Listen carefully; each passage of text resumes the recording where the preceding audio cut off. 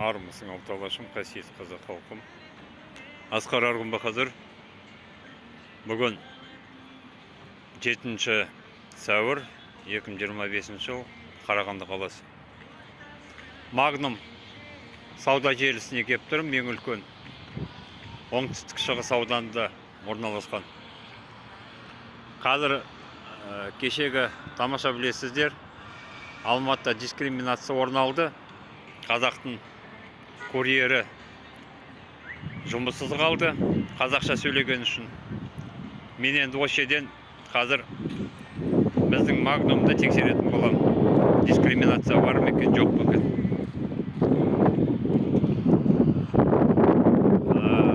Каналымызға қолдау көрсетеміз десеңіздер, Асқар Арғын деп белгіледім қазір канал. Түсініктеме деген каналға кірсеңіздер, описание дейді, сол жерде жазылып тұр. Біздің банк картасы, Жусан банк, нөмірі белгілі.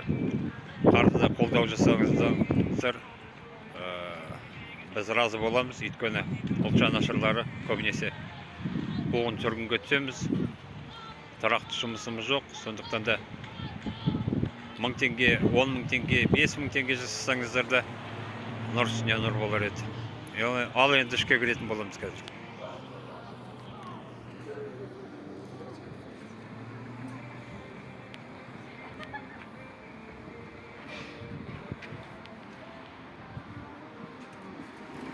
Всем откройся, деп.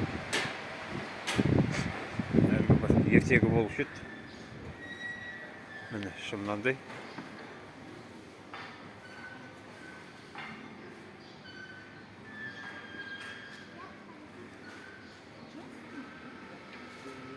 Осындай жұмыс болып жатыр. Бастықтарың қайда? Саламатсыздар ма? Магнум бастығы бар ма?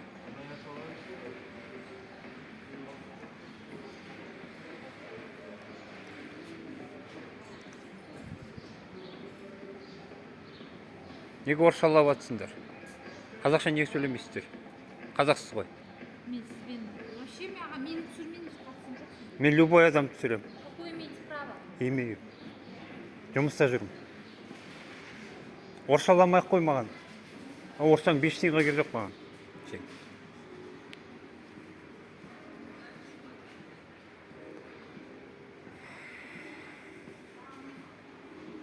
Міне мынаны мынандай үлкен зәулім ғимарат, өздеріңіз көргендей.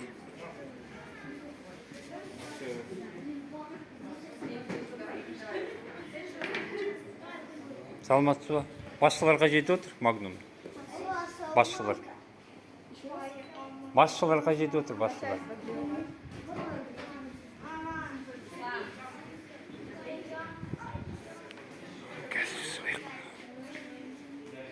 Гардеробы кірмей жатып көрдіңіздер, шүлдірлеп қазақтар жүр.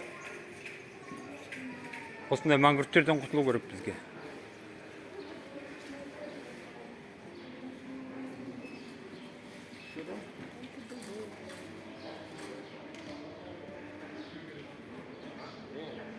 Мәңгүрттер қазақтың бірінші жауы. Орысқа сатылып кеткен мәңгүрттер.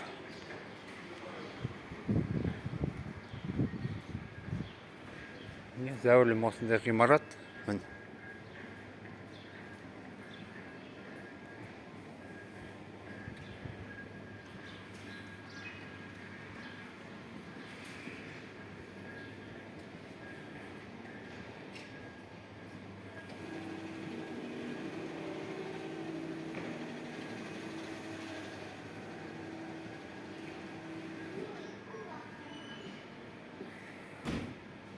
Бейне бақылау жүргізілуде дейді. Мына жерде дәретхана. Мына жерде дәретханалары.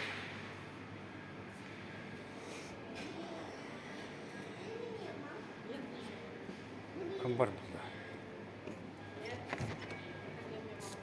Ешкім жоқ, күзет жоқ. бұл жерде ama кіруге болмайды дейді.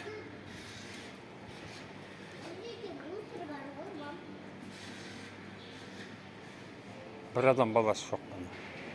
Бастықтарда.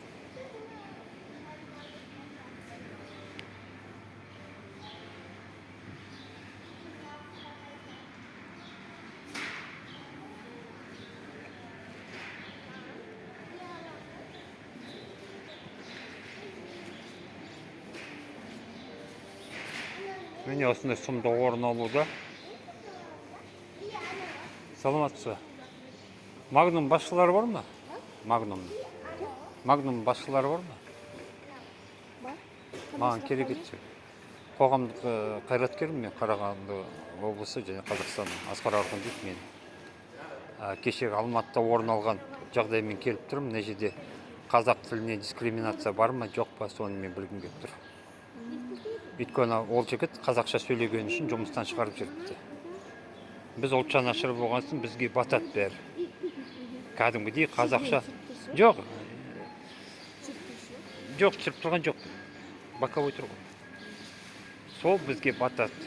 Сонда қазаққа жабару керек. Қай жерден жан бағу керек. Если өзінің жерінде сол қазақша сөйлеген үшін жұмыстан шығарып тастаса. Түсіндіңіз ба? Біз енді ел жер үшін сол жанымыз ашығансын, мен мына жерге келіп тұрмын. Еріккеннен емес, сол жігіт. Мынандай орын алып атқан жоқ екен сіздерде. Магнум енді бір жүйе ғой, Қазақстан бойынша. Соны мен білейін дегем. Бастықтарыңмен сөйлесіп, жай өзім. Соны шақырып жүрсіздер ме? Или өзім кабинетіне кірейін.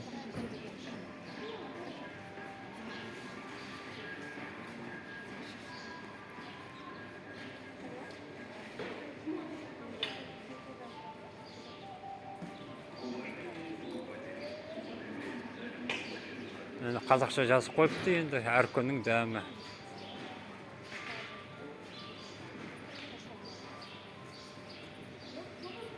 Кіру бәрі бар. Шақырдыңыз ба?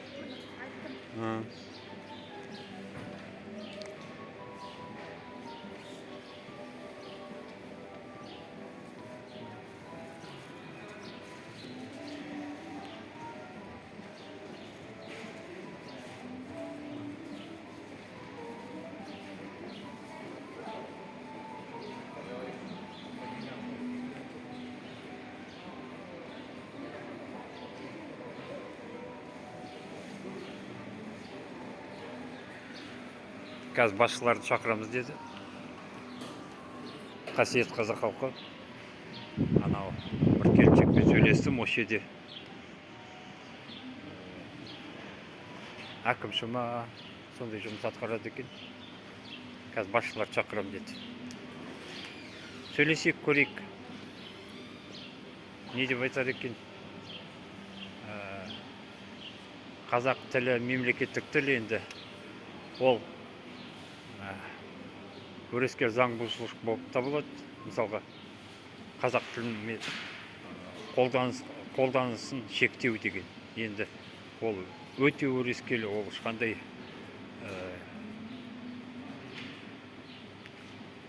миға қонбайды, миға сыймайды деген сөз. Сондықтан да мен сол адамдармен сөйлесіп білгім келіп тұр. Мына жерде қалай жұмыс болып жатыр. Директорда выходной екен. Выходной ма? Оның замы жоқ па? Замдар жоқ па? Енді сіз айтып өтесіз ба? Сіз әкімшісіз ба? Жоқ. Енді осында жұмыс істеп жүрсіз ғой? Иә. Қандай жұмыс? СБ. СБ? СБ. СБ, міне қауіпсіздік бөлімінен осында келіншекпен сөйлесіп отырмын. Есім Әлия. Бірақ бұл кісі айтып жатыр. Бұл кісі айтып жатыр, мына жерде қазақ тіліне шектеу жоқ деп жатыр. Солай ғой, Әлия? Шектеу жоқ, барлығы қазақша сөйлейді екен.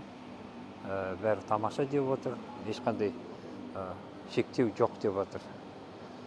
Құрметті қазақ халқы, сондықтан да мен қазір далаға шығатын болам. Өзіме сөйлестім, тілдестім, енді бұлай қарап отырмын, барлық жерде қазақша жазылған екен.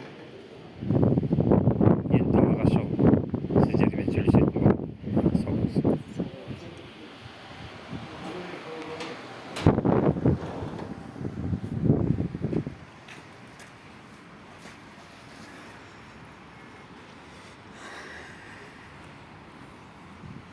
енді бастысы мысалға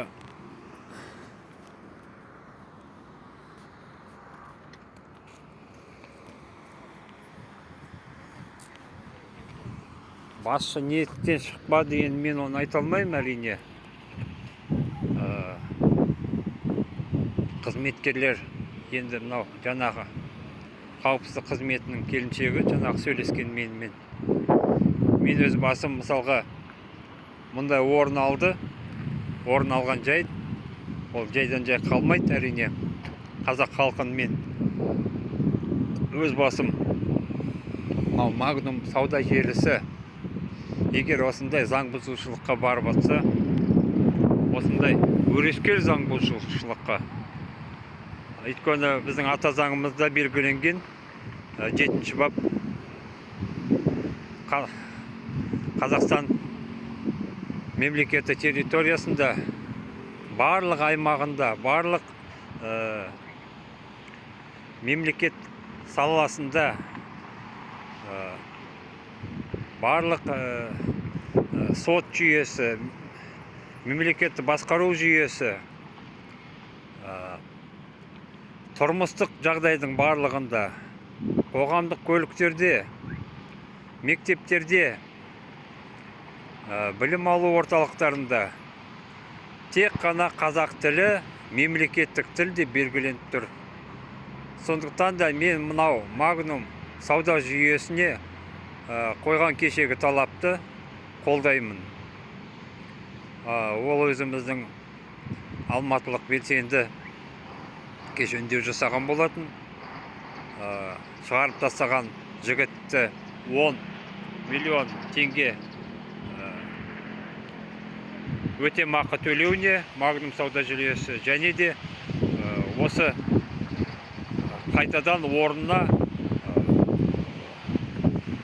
жұмысына қайттан алуына осындай талап қойған болатын. Мен онымен толық келісемін. Қазақ халқын осы Магнум сауда жүйесі осындай өрескел бұзған үшін бүкіл қазақ халқынан кешірім сұрасын. Одан кейін қазақ халқын міне осы Магнум сауда жүйесіне бойкот жариялауға осындай мен де өзімнің пәрменімді беремін. Өйткені ол өрескел заң бұзушылық, ол ата заңымызға қайшы, ол бүкіл қазақ халқына қайшы әрекет деп білемін. Сондықтан да қош саламатта болыңыздар, аман болыңыздар. Сіздермен болған Асқар Бахадыр, ұлтжан нашыры. Тек қана бірлікте жеңеміз, бірлікте қазақ халқым. Аман болыңыздар.